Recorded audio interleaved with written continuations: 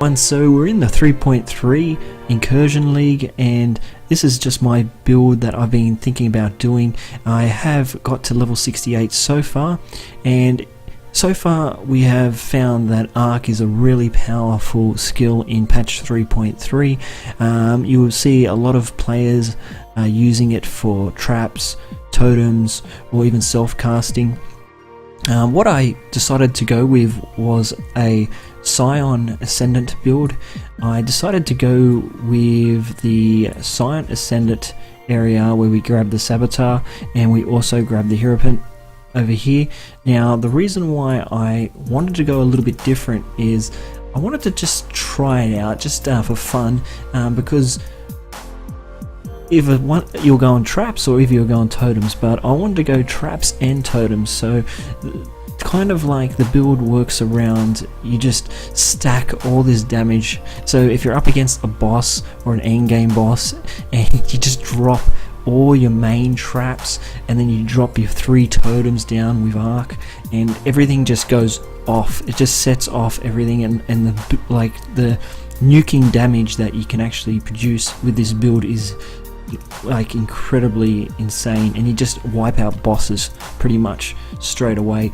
But look, this is just my opinion. Not everyone's gonna want to go like half traps, half totems. I'd rather just go, oh, we'll just stack on all our traps or stack on our totems and we can do enough damage there. But this is just the build I went with, a little bit different from the other players and I just thought I'll take advantage of using the triple totems. And the way traps works is you still do the damage because you're not actually doing the damage, the traps are doing the damage. So this ancestral bond here, you can't deal damage with skills yourself. That is just for the skills you cast, not the actual traps. So you actually get the damage out of the traps and you get the damage out of the totems. The way the Ascendant area works here is we grab Saboteur, which gives us a really good boost to our life regen. So dropping the traps down will also help blind the enemies, and will also help give us at least 15% life regen if we have 15 traps that are triggered in the recent 4 seconds. Over here, the Hierophant, it will give you a little bit more defense, like 8% of damage taken from mana before life, which is a nice percentage for me. You can also have an additional totem, increased mana. You also have Arcane Surge when your totems hit the enemy. So with Arc, when you've got 3 totems up, pretty much spamming everything, your totems are doing damage. The totems are still quite reasonably good. Looking on here, totems are still doing 33,000 per totem, or 36,000 DPS per totem, so that's still 100k if you got 3 totems down. And then if you go for the Arc on your traps, you're still doing, like, you're dropping 3 at a time, and you're still doing 30,000 there, so it's another 90,000 there, and you stack all this damage up, and once you drop everything down and just stack it up, it just clears everything out very quickly and very smoothly. Also, with this build, we get 221% life from the tree, so we've gone more for a hardcore build where we just stack on life and build a life up as much as we possibly can. As you can see here, our life is at 6712. Items we tend to try and lean towards is a good quality scepter, which will be used with shield charge. And the way this works is you want to try and stack as much spell damage and lightning damage to spells, critical strike chance for spells, global multiplier, and if you can get resistance on, it's also nice, or mana.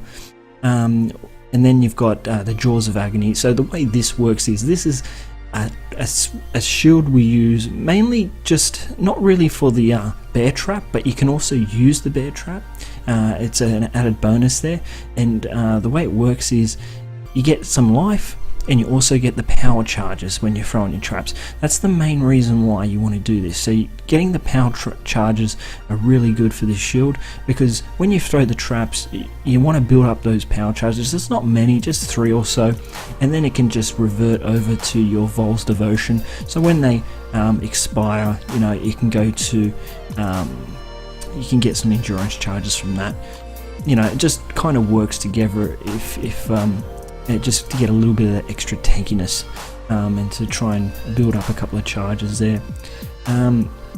Deerstalker boots is for your 5-link arc traps setup. It's a 5-link there. And Belly of the Beast, I found this, so I decided to go with Belly of the Beast. I actually got lucky and found this in when I was running my character, and I found it in Act 5, I think, or Act 6, yeah, around there, Act 5 or 6. It was pretty crazy and a very lucky find, but I still find this is really good for giving life, and this is where you'll be putting your totems in. So you'll be getting a 6-link, 5-link, whatever you can get, and when you get your 5-link totems up, you got Arc, Spell Totem, added lightning damage, lightning penetration, and control destruction, and it still gives you a fair amount of DPS, and it's quite nice. Also in your shield, so the shield you can chuck in a flamethrower trap if you want even more burst DPS. The list goes on, and we also have our gloves. So the gloves is like a 4-link. You'd want something with life and resistances, and it can't really be armor. I'd have to change that. You'd have to have gloves that would be like blue and green sort of thing. So looking at evasion, energy shield sort of gloves. The way the gloves would be is you have a lightning spire trap in there with lightning penetration, added lightning damage, and trap of mind damage, and you just throw 3 of those traps down, and those traps will do quite a lot of DPS on the bosses. Mainly for clearing maps, you're going to be just doing your totems and your arc traps, and that pretty much does enough work. When you want to just do more burst DPS for your bosses, you chuck down everything. So you chuck down all your special traps and your lightning spire, your flame thrower trap, your bear trap, all the little traps you can possibly get, your totems, and then that just stacks on, and it kind of just wipes out the bosses very quickly, which is very good. So this is just the build at about 114 points. So 114, you're looking at level 91, 6712, which is very achievable with the gear. Also, we use Essence Worm, so we're going to have like 8% damage get taken from mana. So you pretty much want to have like no mana reserved. So you get your Essence Worm here. We still, with the Essence Worm, you'll have Wrath socketed into that, so Wrath will give you the added lightning damage there, and that just goes in your ring. So you have still all your mana's still up, and then you use Clear Mind Cobalt Jewel, which gives you that extra DPS bonus as well.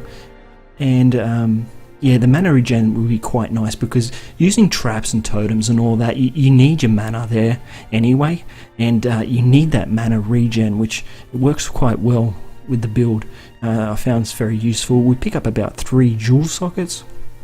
Looking on here, you've got 1 jewel socket here, jewel socket here, and I think there's a jewel socket here too. You can pick up this jewel socket here as well later on in the game, just for extra stuff that you need, whatever you want to choose to put into your jewels. You can do that.